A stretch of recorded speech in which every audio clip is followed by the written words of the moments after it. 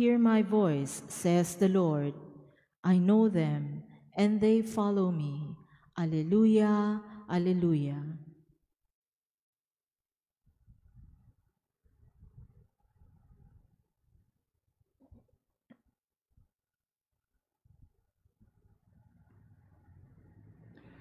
The Lord be with you. And with your spirit. A reading from the Holy Gospel according to Saint Luke.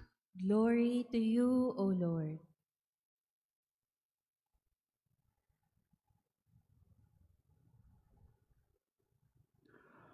On a certain Sabbath, Jesus went into the synagogue and taught. And there was a man there whose right hand was withered. The scribes and the Pharisees watched him closely to see if he would cure on the Sabbath, so that they might discover a reason to accuse him. But he realized their intentions and said to the man with the withered hand, "Come up and stand before us." And he rose and stood there. Then Jesus said to them, "I ask you, is it lawful to do good on the Sabbath rather than to do evil, to save life rather than to destroy it?" Looking around at them all, he then said to him, "Stretch out your hand." He did so, and his hand was restored.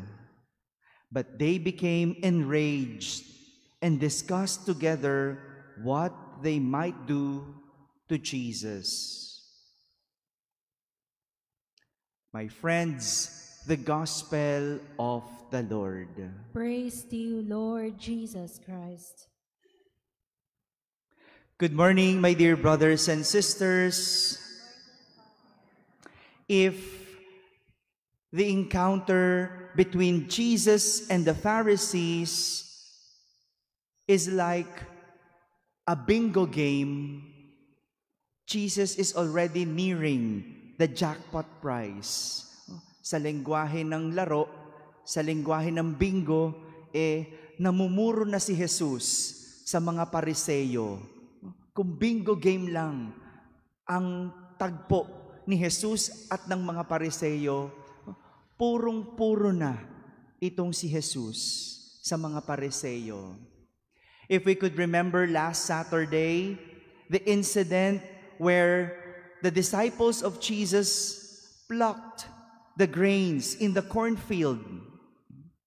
Remember that last Saturday when the Pharisees were also on guard about what the disciples of Jesus did during the Sabbath? Jesus had another encounter with the so-called religious leaders, the Pharisees and the scribes, also on a Sabbath day. Ba't ba kasi tuwing Sabbath na lang, no, nangyayari ang mga ito?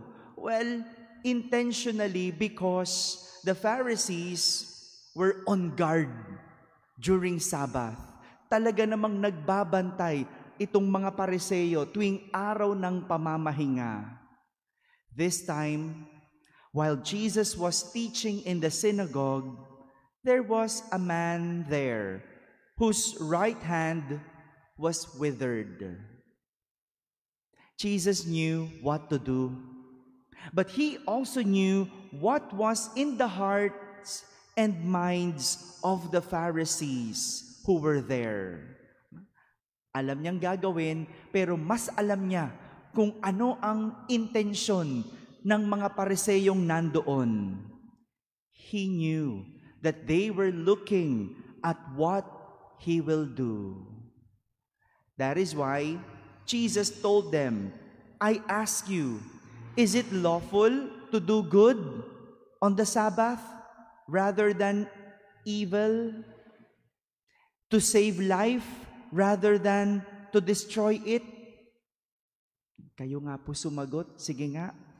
Is it lawful to do good on the Sabbath or to do evil?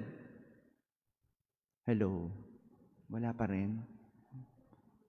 To destroy life or to save life? We know the answer. We know that. Because your answer lies in your hearts. Pero kung may galit ka sa puso, kahit na alam mong dapat gumawa ng mabuti at nakita mo yung taong kinagagalitan mo, anong sagot mo? Yan. Diyan tayo mahuhuli. Diba? Diyan tayo nahuhuli. Kung meron nagkakautang sa'yo na ayaw magbayad at nakita mo, pero ang dapat pa rin gawin ay gumawa ng mabuti, anong gagawin mo? Kung anong nasa puso mo, yan ang sagot mo. In this incident of Jesus and the Pharisees, both Jesus and the Pharisees knew what to do. Alam nila kung anong gagawin, which was to help the man, to cure the sick man. Both Jesus and the Pharisees also knew that it was Sabbath. Alam nila parehas yon, which means work is not allowed. Kaya nga alam ni Jesus ang iniisip ng mga Pariseyo, ang hulihin siya kapag siya ay may gagawin sa araw ng pamamahinga. Alam din ng mga Pariseyo na hindi dapat magtrabaho. Kaya din naman nila minamanmanan si Jesus kung magpapagaling ito. But sadly, though both of them knew what to do, it was only Jesus chose what he ought to do. And that is to heal the man. Jesus knew what to do because of what is in his heart. Yung mga Pariseyo, they did not choose what to do because of what is in their heart. Ano yung nasa puso nila? Galit kay Jesus. Hulihin si Jesus. Akusahan si Jesus. That's why they failed to do what they ought to do.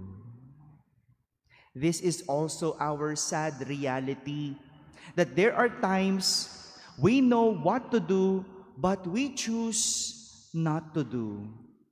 We know that we should go to Mass every Sunday at least. We know that we should work because we are being paid to work. We know as parents, you have responsibilities and obligations to your children. And children, you know that you should study. But though we all know all these, there are times we choose not to, which in the end, we lose the opportunity and chance. In our hearts, there is always a spiritual battle between the good and evil. And it's up to you who you will choose to win, the good or the evil. Kaya nga yung mga Pariseyo, sayang yung pagkakataon na makatulong sa kapwa. Mga taong simbahan pa naman sila, ngunit pinalampas nila dahil pinili nila ang mangunang magalit. Pinili nila ang pahalagahan ng araw ng pamamahinga. Sayang ang pagkakataon. My dear brothers and sisters, ang daming nasasayang nang dahil hindi natin pinipili ang mga bagay na dapat natin ginagawa. Opportunities pass by because we choose not to do what we ought to do. Instead, we choose to do what we should not do, which in the end means opportunities wasted. Amen.